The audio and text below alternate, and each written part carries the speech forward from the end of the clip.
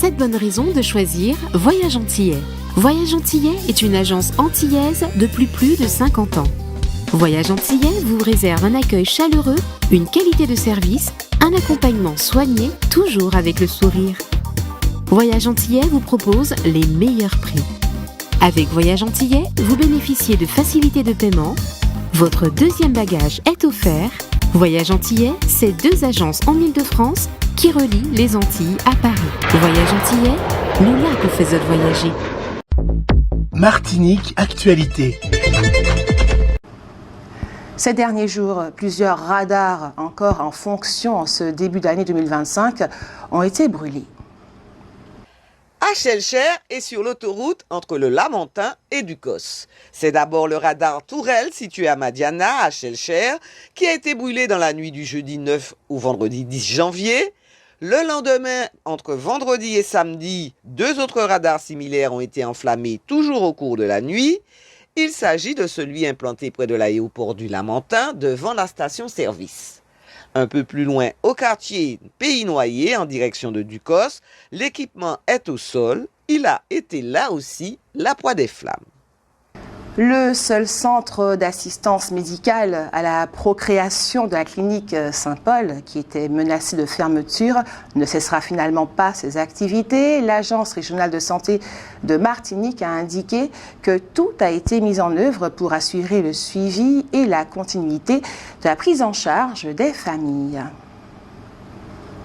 La collectivité territoriale de Martinique informe les usagers que 850 nouveaux carnets de santé de l'enfant seront livrés d'ici la fin du mois de janvier 2025 dans les maternités et les centres de protection maternelle et infantile PMI de Martinique. Une deuxième livraison est planifiée d'ici mars 2025 afin de couvrir les besoins de l'ensemble du territoire. En vigueur depuis le 1er janvier 2025, cette nouvelle version du carnet de santé a été conçue pour accompagner les parents en leur proposant des conseils de prévention favorisant la santé, le bien-être et l'épanouissement de l'enfant. Les messages ont été mis à jour, en particulier sur l'éducation sans violence, l'introduction des aliments, le sommeil, l'utilisation des écrans et le dépistage des troubles du neurodéveloppement. Le carnet inclut aussi la liste et les coordonnées des centres de PMI de Martinique. Les carnets de santé déjà en circulation restent bien entendu valables. Aucune formalité n'est nécessaire pour les familles qui disposent déjà de leur carnet.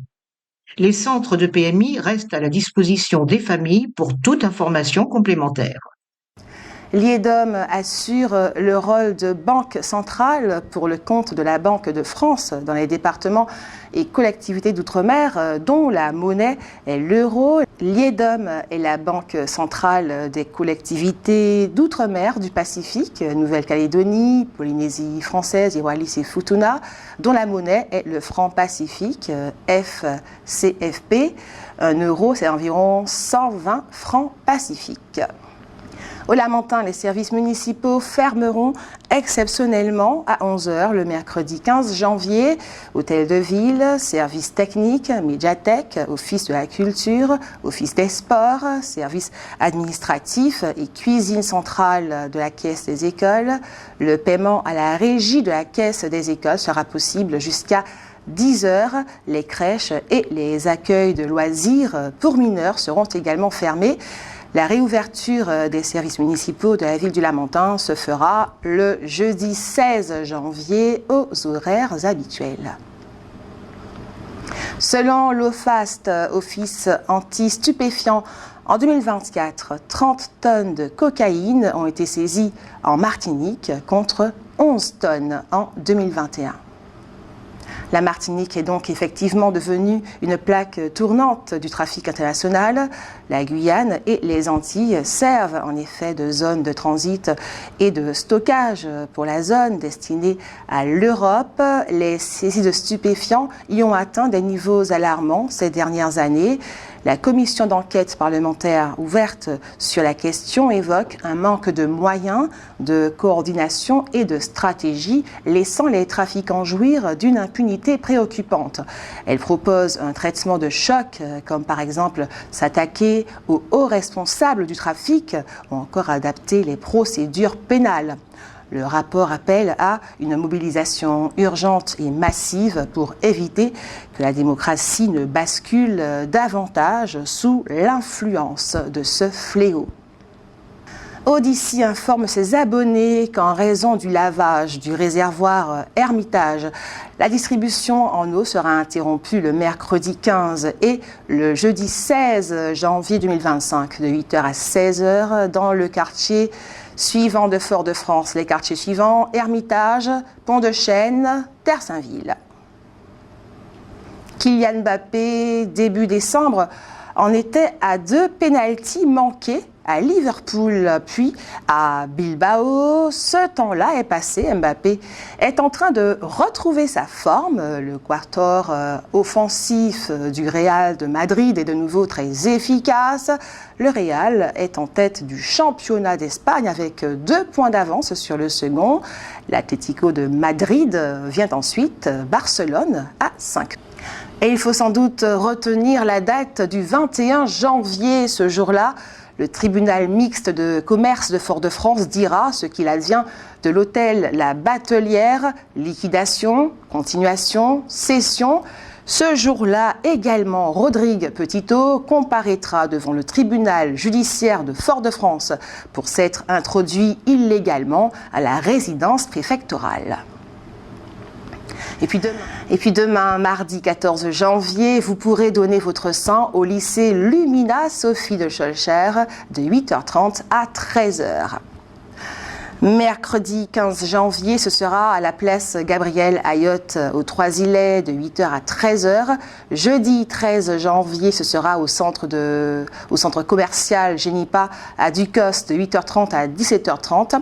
Le vendredi 17 janvier, ce sera au carrefour Cluny à Schœlcher de 8h30 à 17h30. La collectivité territoriale de Martinique organise la première réunion de la commission ad hoc FEAMPA dédiée à la mise en œuvre du Fonds européen pour les affaires maritimes, la pêche et l'aquaculture pour la période 2021-2027. Ce sera demain, mardi 14 janvier à 10h à la salle A402 de l'hôtel de la CTM à Cluny.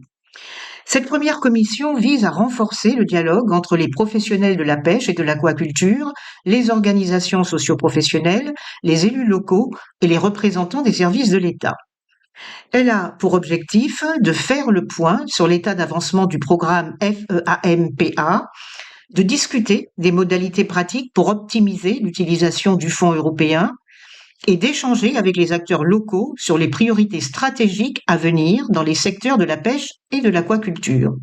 Cette rencontre constitue une étape importante pour garantir une gestion efficace et adaptée des ressources européennes. Une marche au flambeau a réuni environ 200 personnes samedi à Paris. Elle avait un double objectif, manifester contre la vie chère dans les Outre-mer et soutenir les militants du RPRAC et notamment son leader, Rodrigue Petitot, actuellement en détention provisoire. Après quelques prises de parole, la marche au flambeau s'est dispersée dans le froid et la nuit parisienne. Vendredi, les salariés de l'ONF ont débrayé en soutien à une salariée, secrétaire générale de la CGTM, convoquée pour des faits d'insubordination. Les agents dénoncent un climat délétère depuis plusieurs mois, avec notamment un manque de concertation avec la direction. Jeudi dernier, 2 hommes ont été tués par arme à feu et 2 blessés lors d'une tentative de vol à main armée. Ces 2 homicides étaient les premiers de l'année en Martinique. Les faits se sont déroulés vers 21h dans la commune de Saint-Esprit. Selon la gendarmerie, 3 individus qui circulaient en voiture se sont arrêtés devant un commerce pour réclamer de l'argent et ayant essuyé un refus, ont fait usage de leurs armes. Il n'était pas clair dans l'immédiat si les victimes avaient un lien avec le commerce visé ou étaient de simples passants. Un homme de 24 ans est décédé sur place, tandis que notre homme de 35 ans a été déclaré mort à l'hôpital après son transfert en hélicoptère. 2 autres personnes ont été blessées, selon la gendarmerie, qui précise qu'un dispositif de recherche a été mis en place. La violence a encore frappé vers 1h du matin dans la nuit de samedi à dimanche à la résidence Acajou Nord du Lamentin. Un jeune homme de 22 ans qui se trouvait dans une voiture avec des amis a perdu la vie au pied d'un bâtiment. Il a été visé par des coups de feu tirés depuis un véhicule où se trouvaient 4 individus masqués. Il pourrait s'agir d'un règlement de compte ou d'un braquage. France Assos Santé met à la disposition de ceux qui le souhaitent des fiches pratiques sur les doigts des malades. Ces fiches sont utiles à toute personne confrontée à des difficultés, des doutes ou des interrogations en lien avec une problématique de santé. Vous pouvez avoir des renseignements complémentaires sur le site de l'association. Et vous avez sans plus attendre la parole, c'est l'heure de votre avis compte.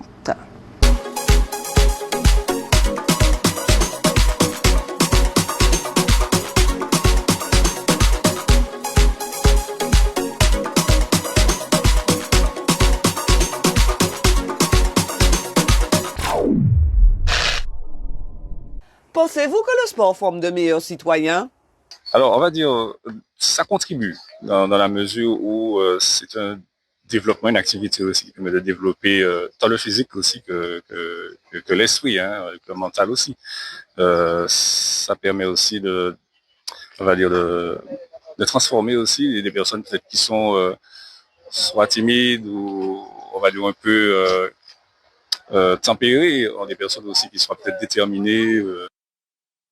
Oui, tout à fait. Mais parce que normalement, il faut faire du sport pour la santé. Simplement. Oui, oui. Pour moi, oui. Parce que ça nous fait tenir la forme, garder un métier.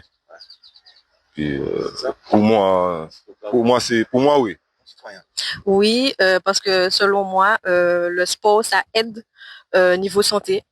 Et puis voilà. Hein. Je pense que oui. Oui. Dans le sport, il y a beaucoup de valeurs.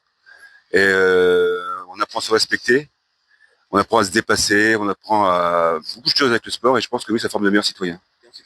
Oui, je trouve que ça forme de...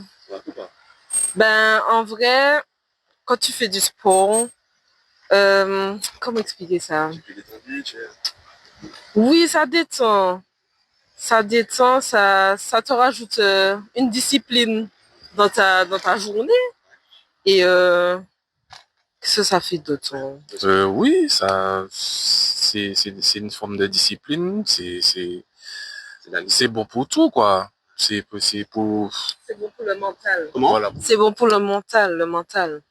Pensez-vous que le sport forme de meilleurs citoyens? Bien sûr, le sport, ça forme de meilleurs citoyens. Puisqu'en fait, c'est une institution, peu importe le club, le sport, ça te permet d'être discipliné. Quand tu es discipliné, tu es un meilleur citoyen. Mais ça, c'est sûr. Pourquoi? Parce que ça te met en condition physique. Une bonne condition physique, c'est bon pour la santé et le moral aussi. Et bien sûr, ne serait-ce que physiquement, mentalement, et puis pour le bien-être de soi. Donc, il est impératif de faire du sport. D'ailleurs, c'est conseillé par les médecins. Il y a même les ordonnances pour obliger aux gens de faire du sport. Donc, je pense que c'est un vecteur qui permet beaucoup de choses dans la santé. Et il n'y a pas que les médicaments. Les médicaments, ça soulage un petit moment. Le sport, c'est naturel et puis c'est vital. On peut même dire qu'on peut faire du sport à tout âge, quoi. Il n'y a pas d'âge, petit, grand, moins. Dès qu'on peut, bien sûr, quelles que soient les situations. Même si on est en situation de handicap, on peut faire du sport aussi, parce qu'il y a des outils, il y a des moyens au pays pour pouvoir le faire. Oui. Parce que le sport permet déjà de rester en bonne santé. Et puis aussi, ça vous permet d'avoir une autre perspective de la vie, de voir les choses autrement. Outremernews.fr, le site de l'actualité outre-mer, 24 heures sur 24 et 7 jours sur 7. Retrouvez la chaîne Outre-mer News sur YouTube.